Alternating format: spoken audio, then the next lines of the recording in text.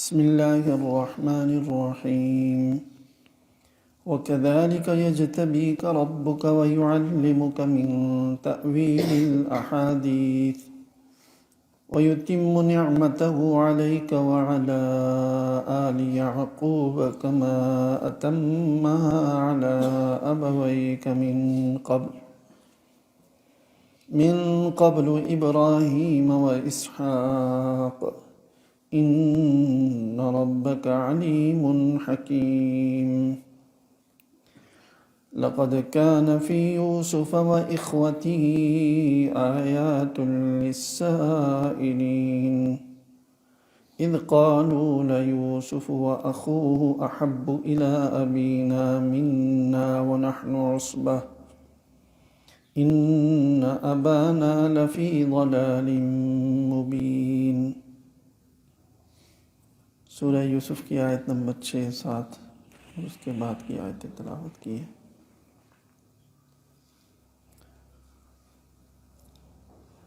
کل جو آیتیں ہم نے پڑھی تھی اس میں یوسف علیہ السلام نے ایک خواب بیان کیا تھا حضرت یعقوب علیہ السلام سے۔ خواب یہ تھا کہ 11 ستارے اور سورج اور چاند خواب میں دیکھا کہ وہ یوسف علیہ السلام کو سجدہ کر رہے ہیں۔ تو حضرت یعقوب علیہ السلام نے پہلے تو یہ فرمایا کہ یہ بیٹا یہ خواب جو ہے اپنے بھائیوں کے سامنے بیان نہیں کرنا، ایسا نہ ہو کہ وہ تمہارے خلاف کوئی سازش کریں، اس لیے کہ شیطان انسان کا کھلا دشمن ہے، شیطان ان کے دل میں کوئی غلط وسوسہ ڈال سکتا ہے۔ تو پہلے تو خواب سنتے ہی سمجھ گئے کہ بہت عظیم الشان خواب ہے، تو پہلے تو اس سے منع کیا، اور اب جو آیت آج پڑھی ہے اس میں اس کی تعبیر کی طرف اشارہ ہے، بلکہ تعبیر دے ہی دی ہے تقریباً۔ فرمایا وَكَذَلِكَ يَجْتَبِيكَ رَبُّكَ، اور اسی طرح جس طرح اللہ تعالیٰ نے اپنا فضل کرتے ہوئے آپ کو یہ خواب دکھایا ہے، ایسا خواب اللہ کی طرف سے ہے، اور ایسا خواب دکھانا اس بات کی علامت ہے کہ اللہ نے آپ کو منتخب کیا۔ تو جیسے اللہ تعالیٰ نے آپ کو خواب کے لیے منتخب کیا ہے، اسی طرح اللہ تعالیٰ تمہیں منتخب کرے گا۔ یجتبیک ربک، تیرا رب تمہیں منتخب کرے گا، کس کے لیے؟ نبوت کے لیے۔ ابھی تو بچے ہیں نا، لیکن اس وقت بچپن میں جو خواب دیکھا ہے تو فرمایا کہ تمہیں اسی طرح تمہیں تمہارا رب نبوت کے لیے منتخب کرے گا۔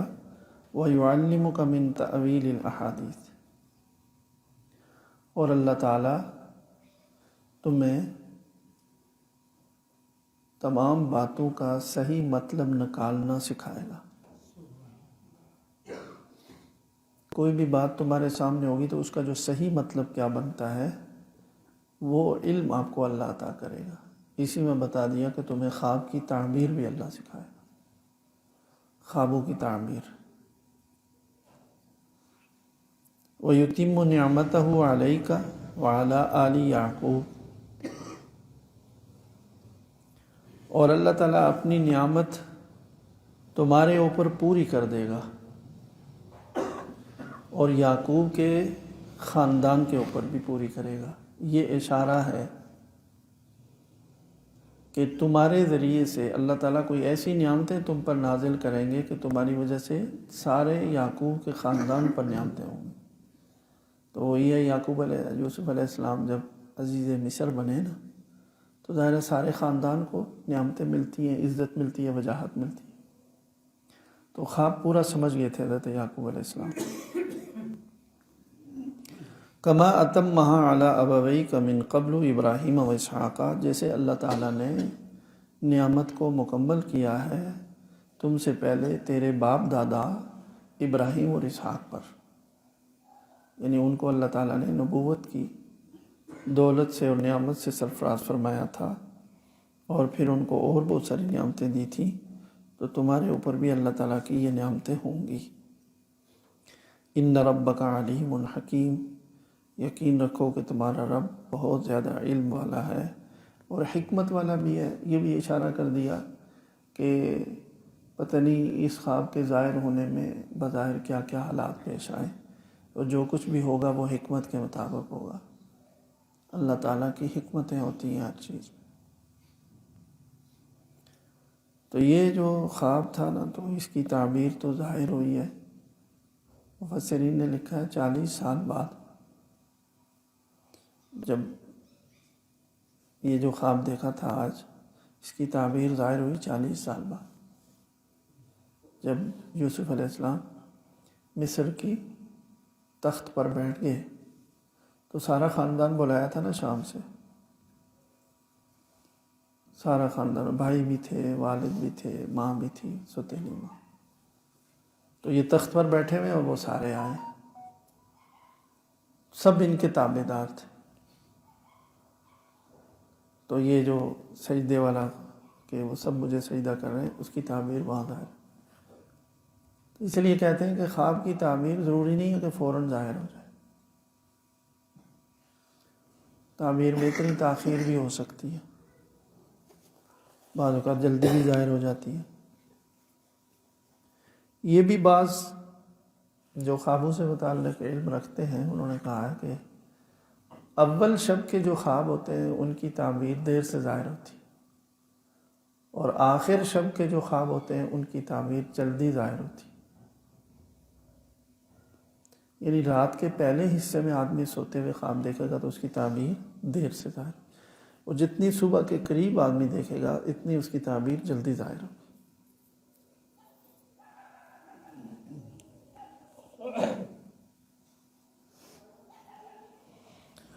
آگے فرمایا لقد كان في يوسف وإخوته آيات للسائلين،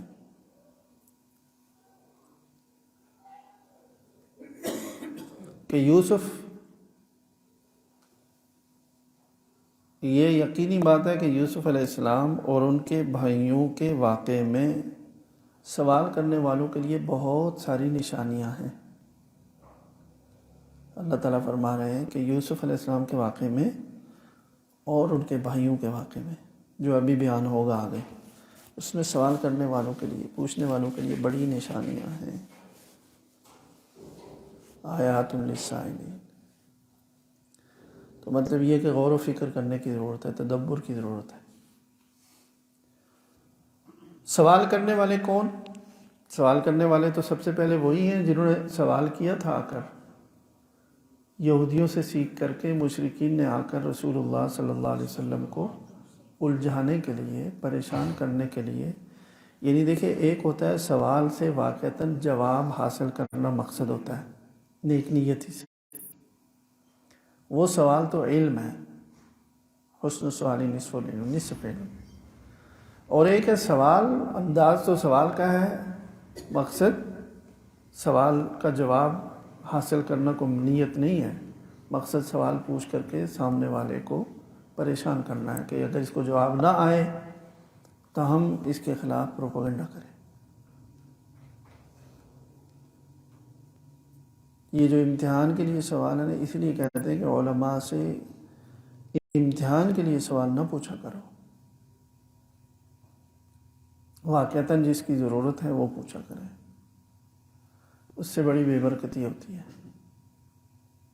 کہیں سے کوئی سوال کا جواب معلوم کر لیا تو وہی سوال اگر کسی اور عالم سے پوچھ لیا، ممکن ہے وہ جواب دے سکے، ممکن ہے نہ جواب دے سکے، ممکن ہے جواب دیں اور جواب مختلف ہو،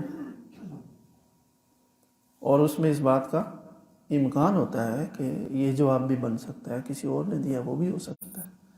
سوال پوچھنے والا تو اتنا علم رکھتا نہیں، تو یا تو وہ پہلے والے سے بدگمان ہوگا یا بعد والے سے بدگمان ہوگا کہ اس کو نہیں آتا ہے، یا کہے گا اس کو نہیں آتا ہے۔ تو جس سوال کا جواب معلوم ہے تو اگر اس پر کوئی شبہ ہے تو پھر آدمی پوری بات بتائے کہ میں نے ایک عالم سے سوال پوچھا تھا، یہ انہوں نے یہ جواب دیا تھا، آپ فرمائیے کہ یہ درست ہے۔ پھر بات واضح ہے، ٹھیک ہے کہ آپ کو خود جواب پر کچھ شبہ ہے یا اطمینان نہیں ہے تو پھر پوری بات بتانے میں حرج نہیں۔ جواب معلوم ہے وہ چھپایا ہوا ہے اور سوال پوچھے تو یہ غلط طریقہ ہے۔ تو یہاں جو انہوں نے پوچھا تھا، لیکن اس کے باوجود اللہ تعالیٰ نے فرمایا کہ دیکھیں اس میں ان کے لیے بڑی نشانی ہے۔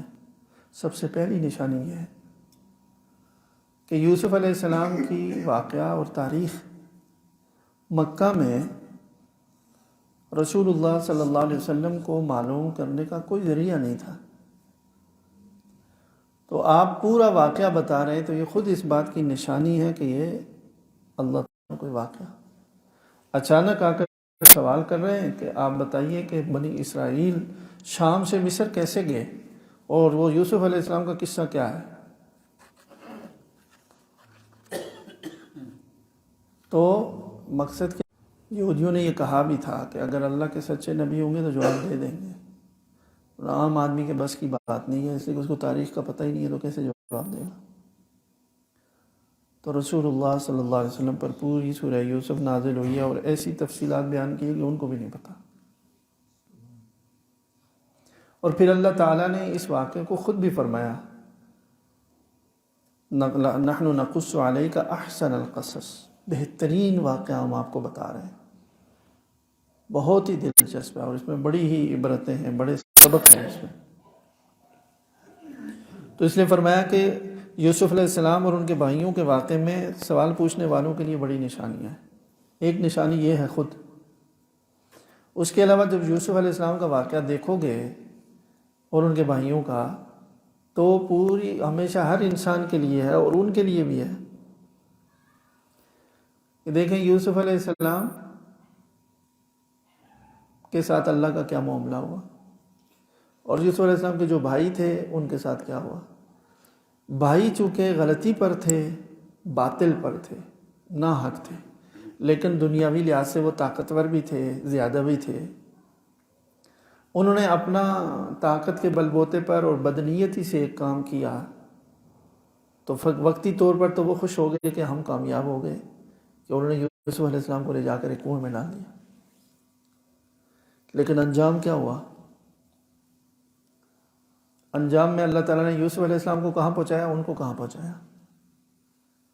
تو یہ جو سوال پوچھنے والے ہیں، یہ بھی رسول اللہ صلی اللہ علیہ وسلم کے ساتھ جو معاملہ کر رہے ہیں، تو ان کو عبرت پکڑنی چاہیے کہ ابھی تھوڑے کچھ عرصے کے لیے اگر تم نے دباؤ ڈالا ہوا ہے، رسول اللہ صلی اللہ علیہ وسلم کو، مسلمانوں کو پریشان کر رکھا ہے، تو یہ تو نہیں ہے کہ ہمیشہ ایسے ہی رہیں گے۔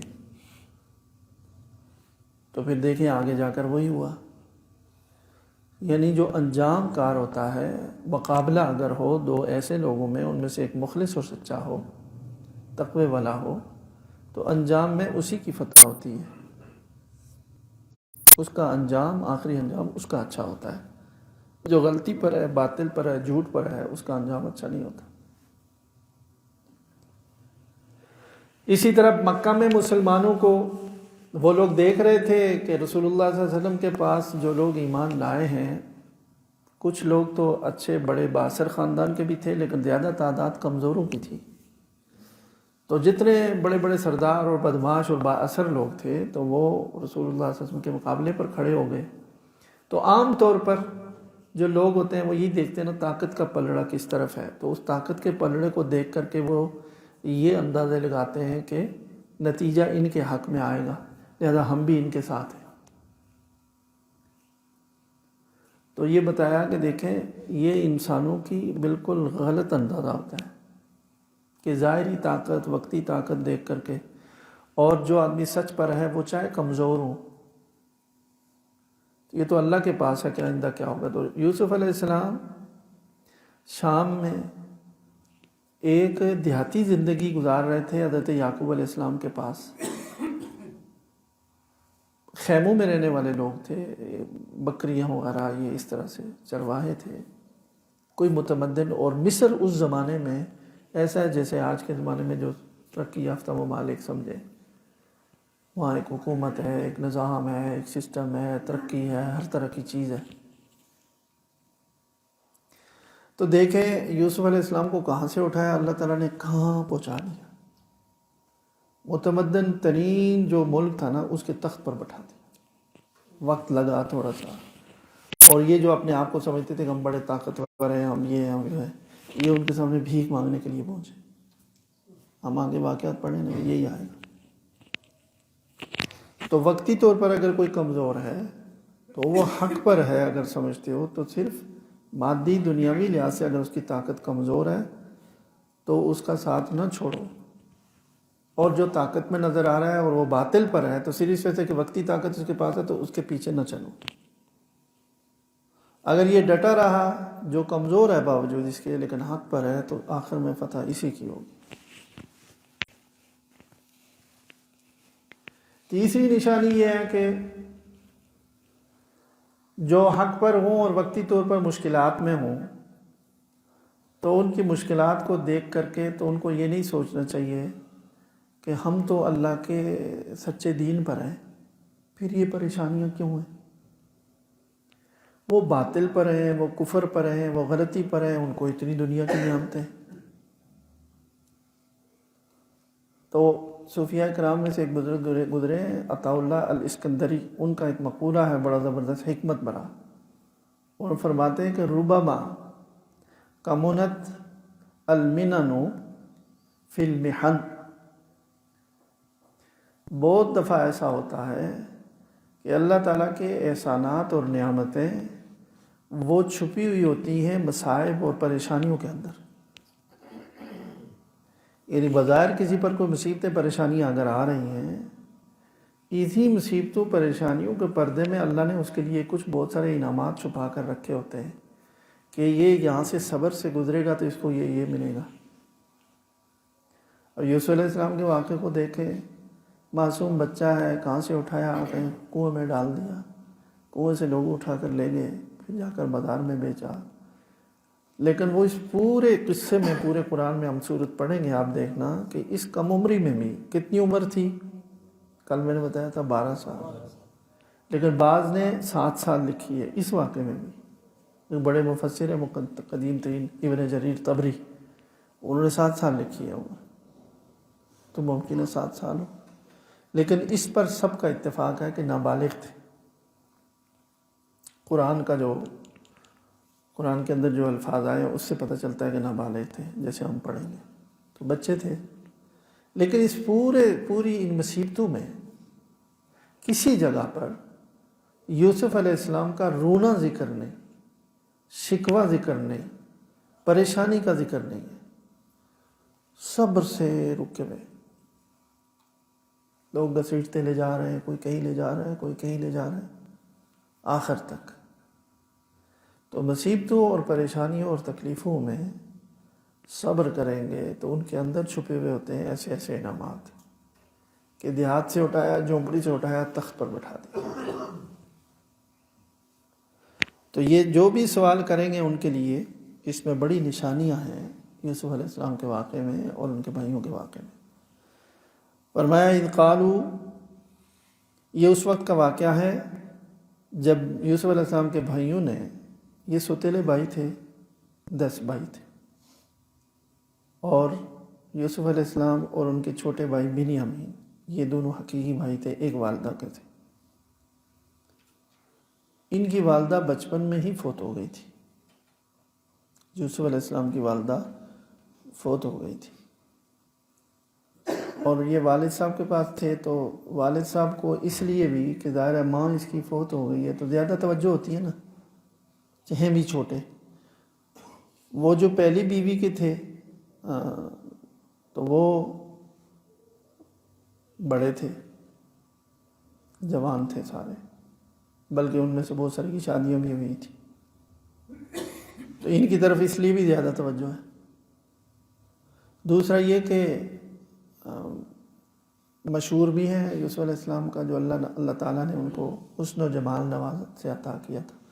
اس سارے دنیا والوں کا حسن ایک طرف، یوسف علیہ السلام کا ایک طرف، تو والد ہیں اس لیے بھی زیادہ پیار آتا ہے۔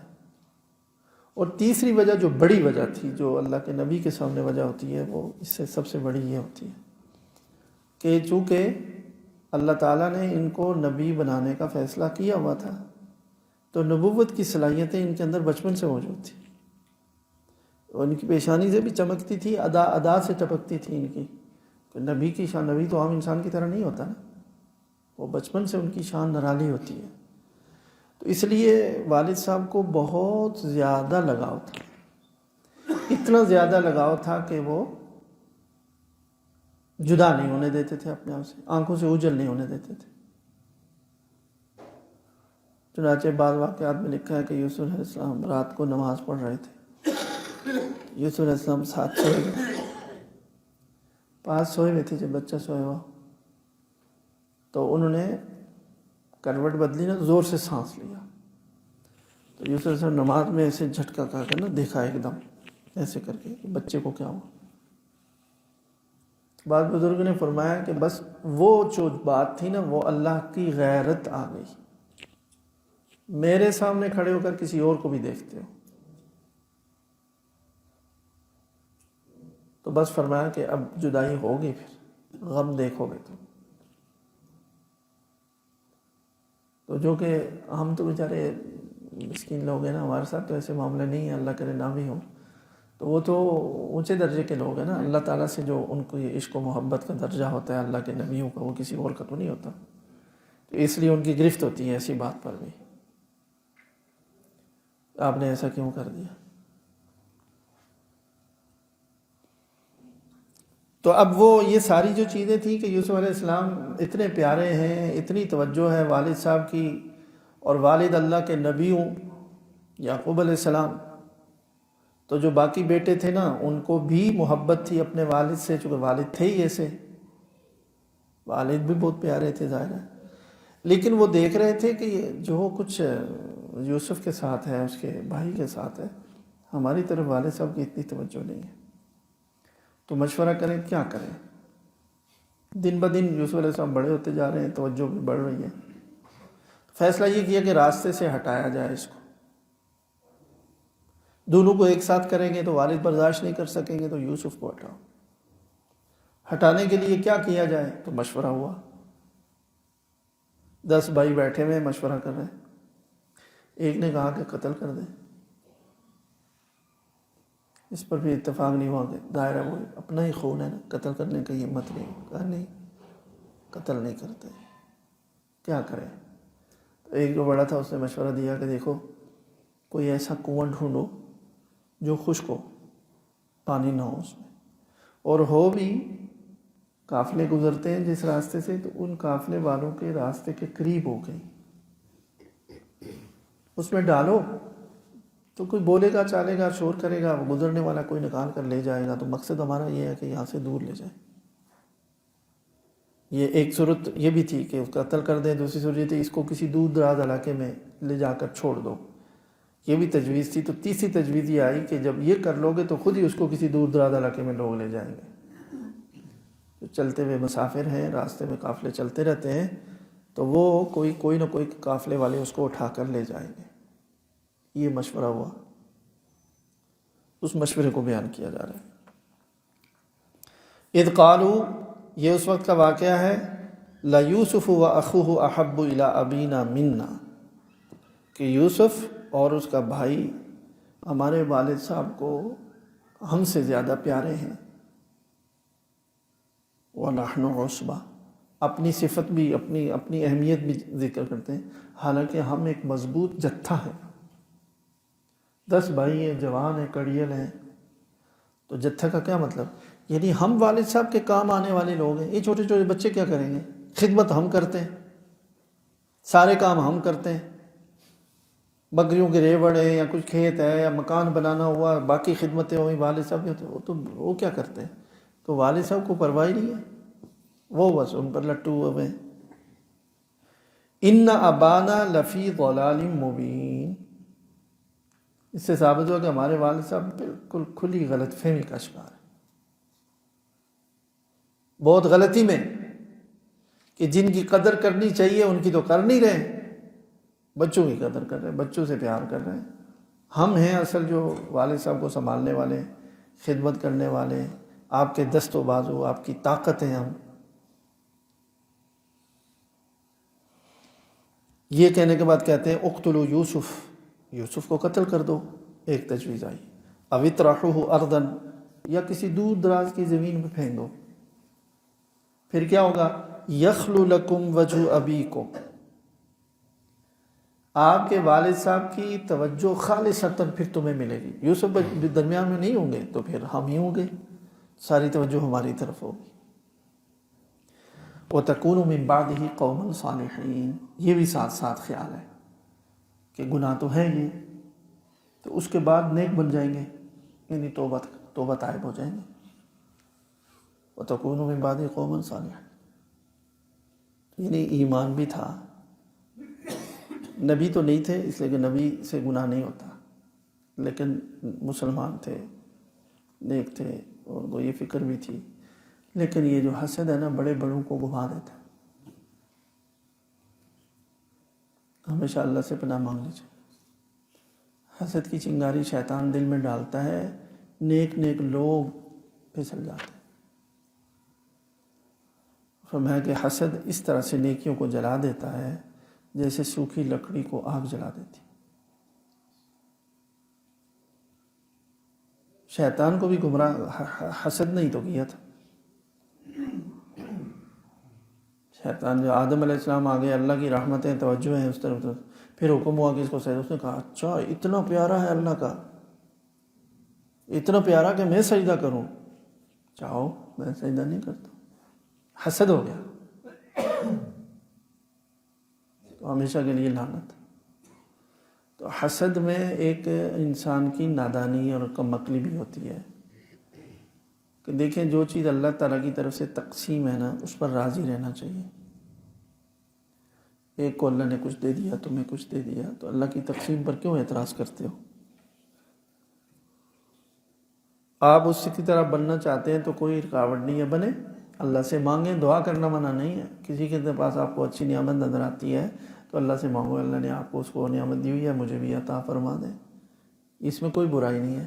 لیکن حسد یہ ہوتا ہے نا کہ اس سے چھن جائے، مجھے ملے یا نہ ملے اس سے جائے، یہ حرام ہے.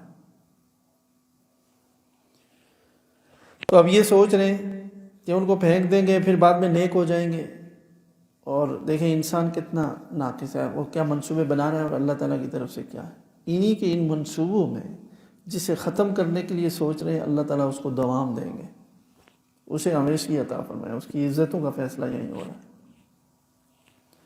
قال قائل منہم، پھر ان بھائیوں میں سے ایک نے کہا لا تقتلوا یوسف والقوا فی غیابۃ الجب، یوسف کو قتل نہ کرو، اس کو پھینک دو کسی اندھے کنویں میں.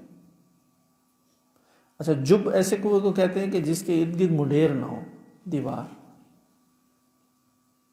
ایسا نہ ہو، اس میں پھینک دو، عام طور پر خشکی ہوتا ہے. یلتقط بعض السیارہ ان کنتم فاعلین، کوئی جانے والا چلنے والا قافلہ اسے اٹھا کر لے جائے گا، اگر کرنا چاہتے ہو تو یہ کرو. یہ مشورہ ہو گیا. اس مشورے کو عملی شکل دینے کے لیے والد صاحب کو کیسے دھوکہ دیں، یوسف کو کیسے نکالیں، تو وہ بھی پھر منصوبہ بندی کی انہوں نے. وہ اگلی آیات میں وہ انشاءاللہ تعالیٰ آگے پڑھیں گے پھر. تو اس میں بڑی عبرتیں ہیں اس واقعے میں، انشاءاللہ ہم پڑھیں گے. اللہ تعالیٰ ہم سب کو اس سے نفع عطا فرمائے. ایک دو کسی